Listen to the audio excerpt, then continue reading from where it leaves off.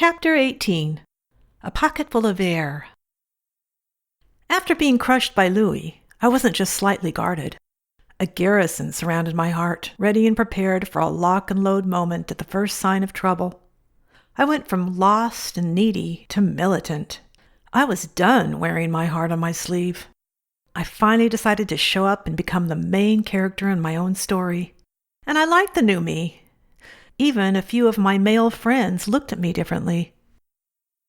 In the winter of 1975, about 6 weeks after Louie vanished, I met Alan at a church potluck.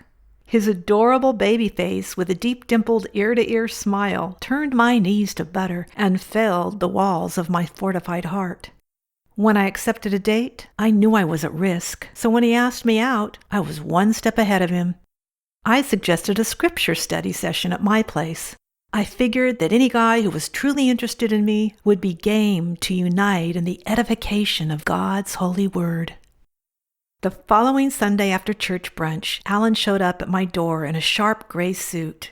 He looked like a clean-cut Mormon missionary ready and eager to share the good news. I was even more impressed when I spotted a set of leather-bound scriptures under his arm. Because it was the Sabbath and the sky was blue and his eyes were blue too, and I felt really pretty, I let my guard down. A little.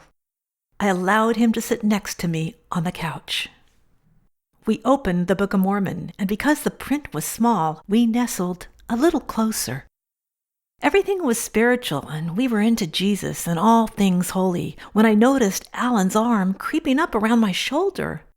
Warning lights immediately flashed in my head. I wasn't sure about his intentions, and I immediately started to put on the brakes, just in case Alan was getting eager to run a few red lights. I spotted his lips from the corner of my eye, approaching ever so slowly, ready to plant a big wet one on me. I had to think fast, so I swiftly turned my head in the opposite direction, forcing him to kiss a pocket full of air. Awkward. You don't want to, he fumbled, not knowing what to say.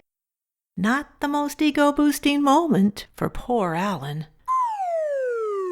Nor the most pleasant one for me. After the Louie experience, my trust in men had been firebombed. I needed time to rebuild. I couldn't afford another blindside by another shallow guy in search of a meaningless fling. For good reason, I never saw him after that.